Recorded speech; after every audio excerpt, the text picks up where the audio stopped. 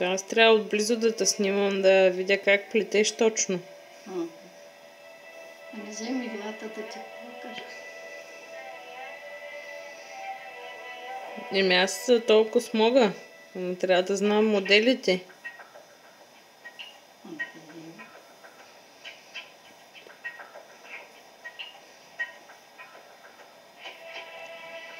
Май, покажи ми. Ще те снимам и ще го повторя след това. Това. В коя страна?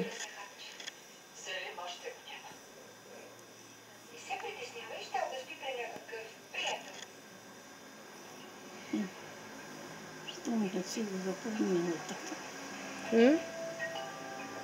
Щом не си го запомнила. Аз съм го запомнила. Виж колко работи съм плела. Но моделите не знам. Например, ръкавите и такива работи не мога да ги правя. Мога само гладко и така да плета.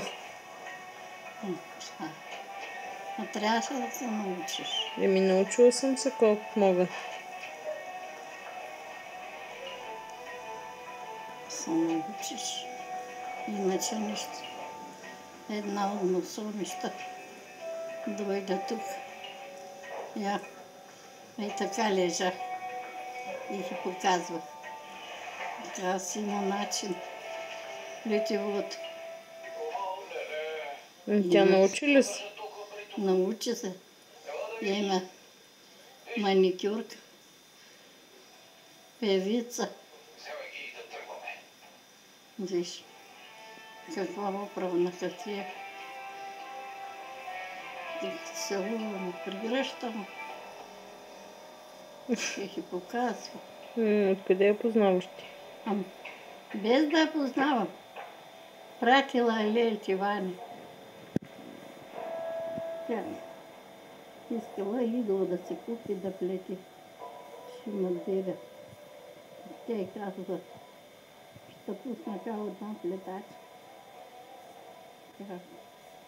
И давах адрес. Обаждат ми телефон. Ще приема. И казвам, но тя казва болна вкъщи. И тя дойде с майка. И така, Дана ме взе, чувалче взе, Елена взе, комплектче взе. Мъчи да плетат, мъчи да не може. Айде, както и път дойде.